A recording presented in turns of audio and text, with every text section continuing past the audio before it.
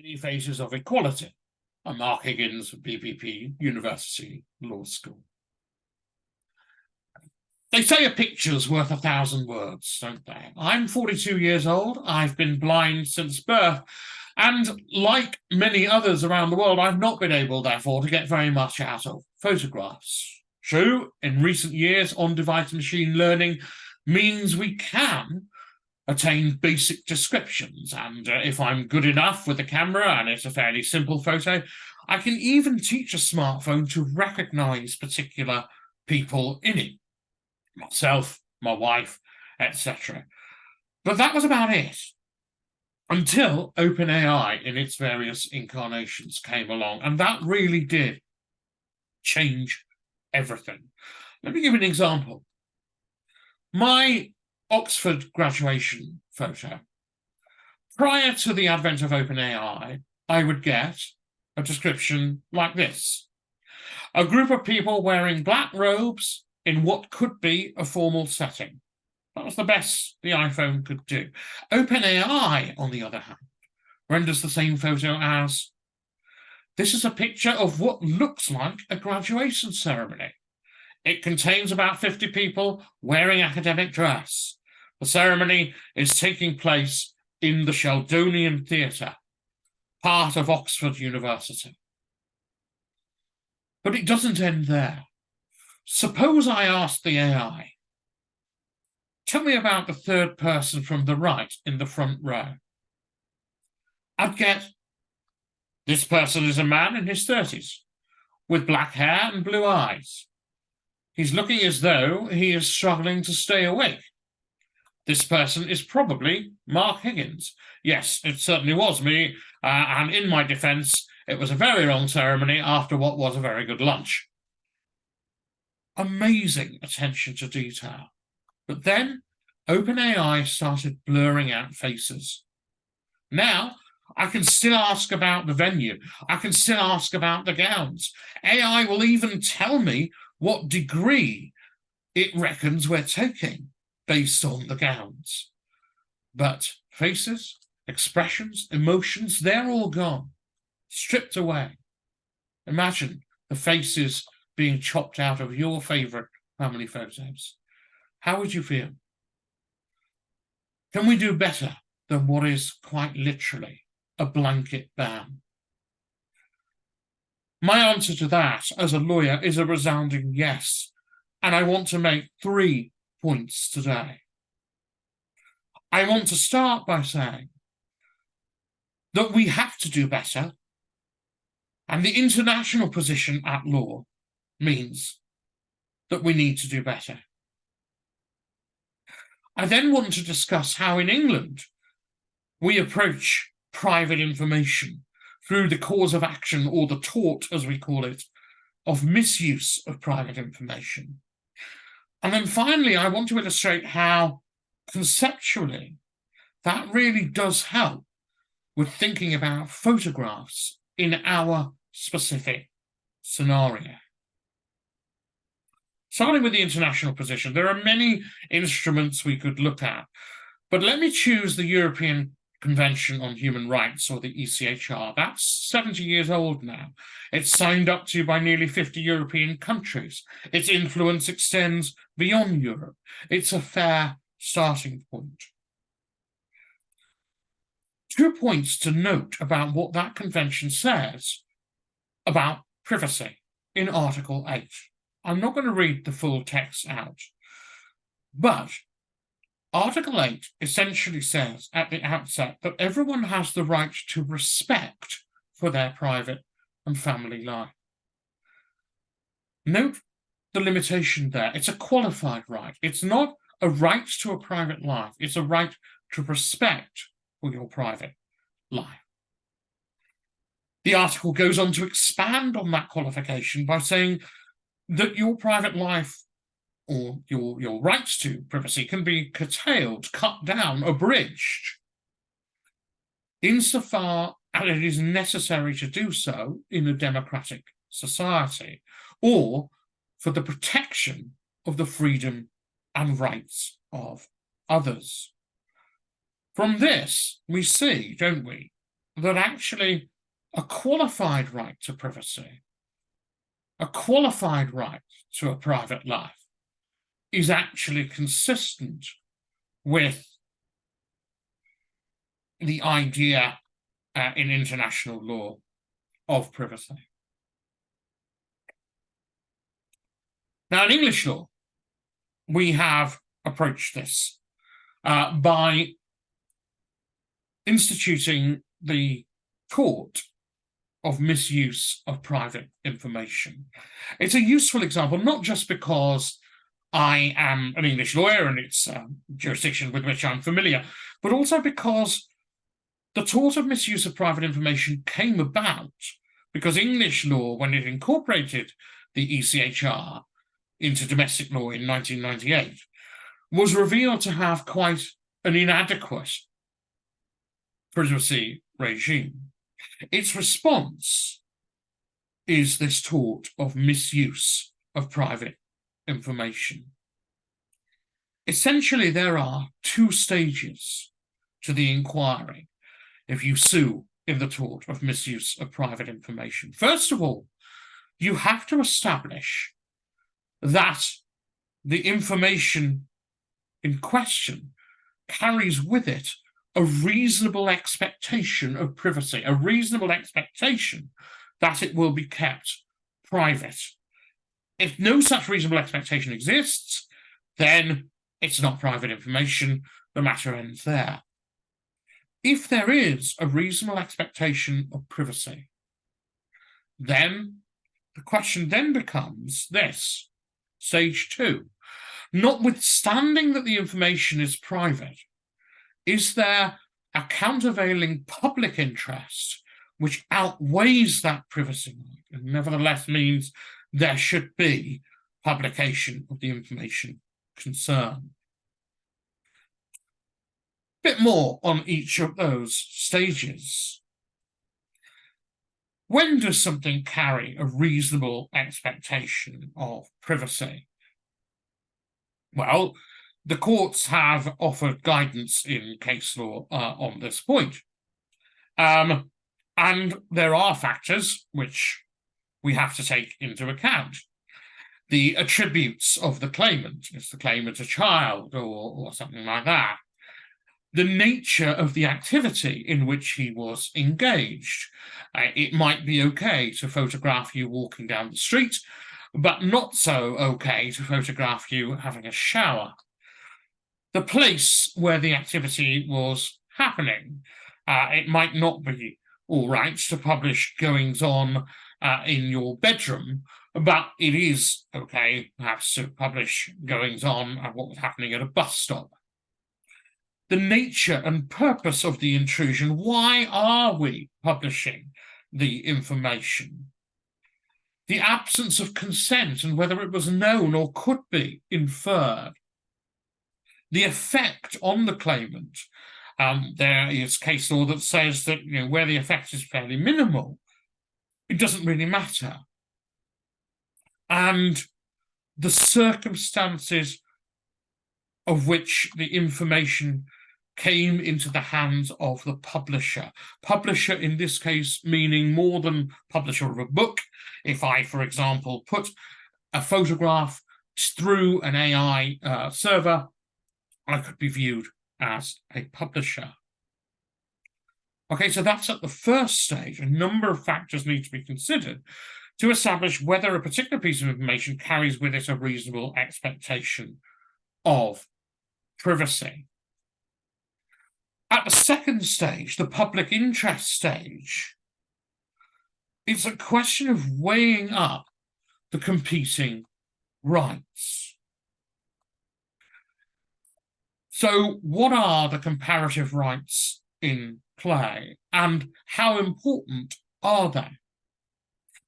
What is the justification for interfering with or restricting each right? And finally, what is the proportionality of the proposed interference or jurisdiction? Essentially, it's a matter of public interest. Now, that's a gallop through the outline of the tort of misuse of private information, how might it help us think about the position concerning photographs taken on a smartphone and then submitted to AI so they can be described for the benefit of a blind person? How, indeed, can the tort of misuse of private information help us answer that question when most cases, though not all, but most cases that have been decided by the English courts have been decided in the context of publication by the press, so very different from the scenario we are facing today? Well, let's have a look at some cases concerning photographs to answer that question. I should, incidentally, settle a preliminary point. Photographs are definitely capable of being private information. That much is very clear.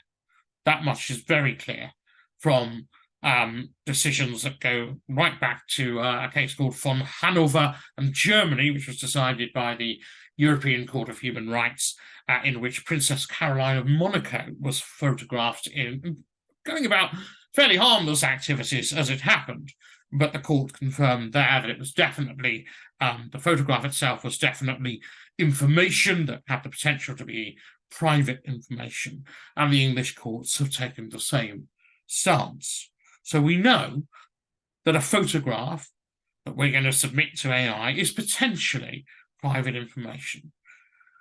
Do photographs carry a reasonable expectation of privacy?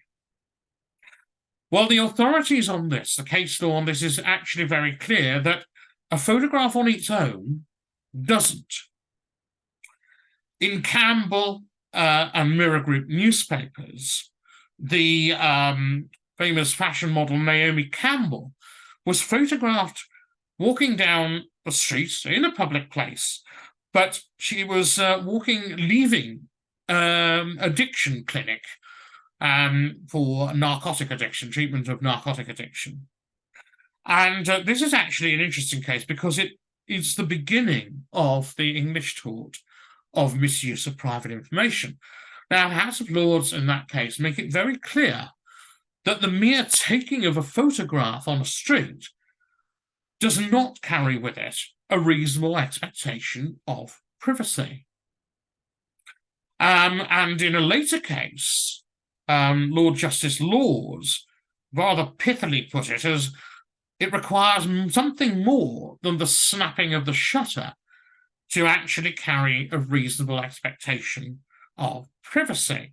And you can see why that is, can't you? If I simply take a photograph of you walking down the street or you at my wedding, if you simply happen to be in the backdrop of a photograph of the Eiffel Tower that I happen to be taking as a tourist, it's going to have a minimal effect on you. And you can't really expect not to be in that photograph. You're in a public place, after all.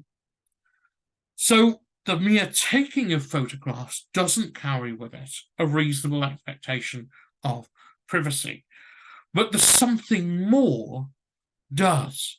The something more elevates it into carrying a reasonable expectation of privacy. What is that something more?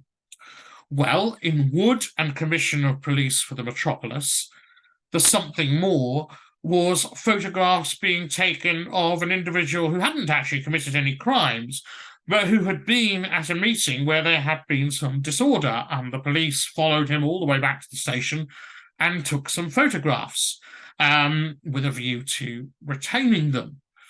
That case is important for a couple of reasons. First of all, that was something more. That's an example of where, it's not just taking a photo, it's taking a photo in particular circumstances. But secondly, it's important because it's impossible to decouple the taking of the photograph, the physical taking of the photograph, from the use to which you are going to put it. So that's quite important when considering whether a photograph carries with it a reasonable expectation of privacy. Another case, Murray and News Group newspapers, concerned a child of a very famous author, the author of the Harry Potter books, in fact, who was photographed walking down the street with his family, and he claimed that that was a misuse of private information when the photograph was published. The Court of Appeal in that case said that it was at least arguable that it could be, because it all depended on the nature of the activity that you are photographed doing. It's an interesting case because it didn't get as far as trial. It went up on what was called a preliminary issue. So it was decided on assumed facts. They hadn't actually heard any evidence or anything like that. So it's a very provisional conclusion. But what it tells us is that the nature of the activity that you are photographed doing can be quite important, as can the use to which you are going to put the photograph. How might that work in our scenario? Well, mere taking of photographs isn't what we're talking about. We're talking about taking of photographs and submitting them to artificial intelligence for the purpose of having them described. Well, does that carry with it a reasonable expectation of privacy?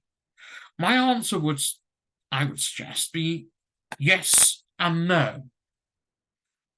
Yes, insofar as we don't want AI scanning through a random selection of photographs taken and identifying individuals by name as a result of that. I don't want you to take a photograph of this video or take a photograph of me at the Eiffel Tower and find out that I am Mark Higgins by dint thereof, as well as what I don't mind you knowing what I look like. I don't mind you knowing whether I'm smiling or not. Those are matters on public view.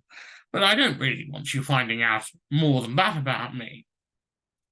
But could you not have, for example, a situation where AI was able to identify by name people who appeared in photographs, who also appeared in your smartphone contacts, who also appeared on your Facebook list of friends, on your LinkedIn connections?